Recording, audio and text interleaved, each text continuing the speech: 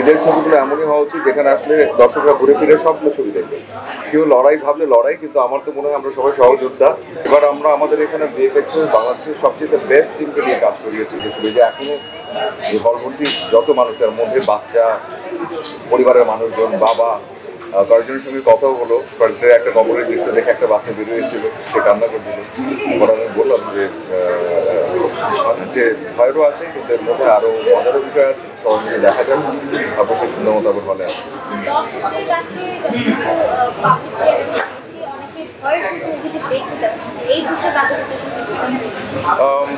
এই উদ্দেশ্যে একটা বিষয় বলবো যে হরর ছবি যেহেতু, এবং এর আগে আমাদেরকে দর্শকরা জানিয়েছেন যে তারা আরেকটু হরর দেখতে চান, একটু ভৌতিক বিষয়টা দেখতে চান, তো তেমন কিছু আছে এখানে।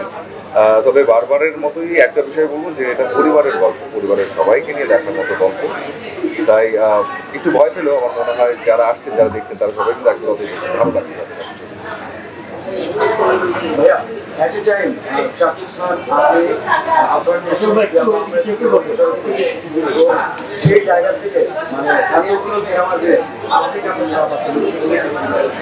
আলহামদুলিল্লাহ। আসলে সবগুলো ছবি ভীষণ ভালো, এবং দর্শকরা যে পরিমাণ সবগুলো ছবিকে ভালোবাসা দিচ্ছেন, এভাবে করে এসেছেন, এটা আসলে মনে হচ্ছে ঈদ উদযাপন। এবং ঈদের ছবিগুলো এমনই হওয়া উচিত যেখানে আসলে দর্শকরা ঘুরে ফিরে সবগুলো ছবি দেখবে।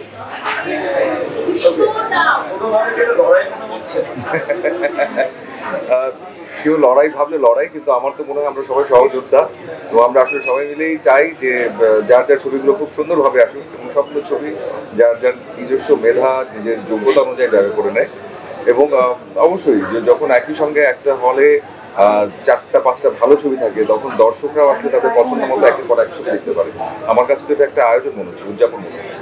বাট এইবারে টিজার দেখার পর, ট্রেলার দেখার পরে গান নিয়ে দর্শক অনেক সেই জায়গা থেকে আপনার কাছে কি মনে হচ্ছে, আগের জায়গা থেকে আপনি ইমপ্রোভাইজ করতে পেরেছেন সবার জায়গা থেকে?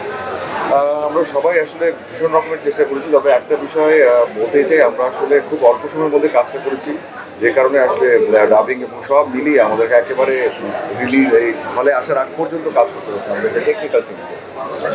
আর একটু যদি সময় পেতাম হয়তো আরও গুছিয়ে আমরা করতে পারতাম, কিন্তু তারপরও দর্শকদের যে সারা, আলহামদুলিল্লাহ, এবং যেভাবে করে আসলে সবাই আসলে ভালোবাসা দিচ্ছে, সেটা অনেক বড়। আজকে একজন অডিয়েন্সের সঙ্গে কথা হচ্ছিল, যারা সিনেমা দেখে বের হয়েছে, তারা বলছে সিনেমার প্রত্যেকটা কথা অনেক ভালো অভিনয় করেছে, কিন্তু ভিএফএক্সের জায়গাটা আরেকটু বেটার হতে ভালো হতো, বা তবে এর আগের বারের ভিএফএক্স থেকে এবার একটা বেটার। আপনার কাছে ভিএফএক্স নিয়ে বা কোনো কিছু বলার আছে?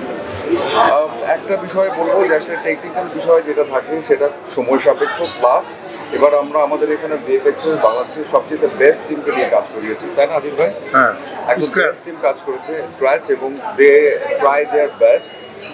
এবং তারপরেও, এবং এটা সত্যি যে আমাদের তো আসলে এখন হাতের নাগালে আসলে এত বড় বড় প্ল্যাটফর্মগুলো আমরা দেখতে পারি, নেটফ্লিক্স থেকে শুরু করে সব কিছু, এবং আমাদের দর্শকদের চোখে কিন্তু আসলে বড় হয়েছে, নো ডাউট। কিন্তু যেটা প্রয়োজন সেটা হচ্ছে আসলে আমরা আমাদের মতো করে আমাদের যতটুকু আছে তার মধ্যে কতটুকু করতে পারি, সেটা আসলে সেই চেষ্টাটা আমরা করি। এবং আজিজ ভাই যে আজ মাল্টিমিডিয়া, তারা চেষ্টা করে যাচ্ছে যাতে করে টেকনিক্যাল বিষয়গুলোকে আরও আপডেট করে কীভাবে আপনাদের সামনে আসবে, সেই প্রয়াসে অব্যাহত আছে।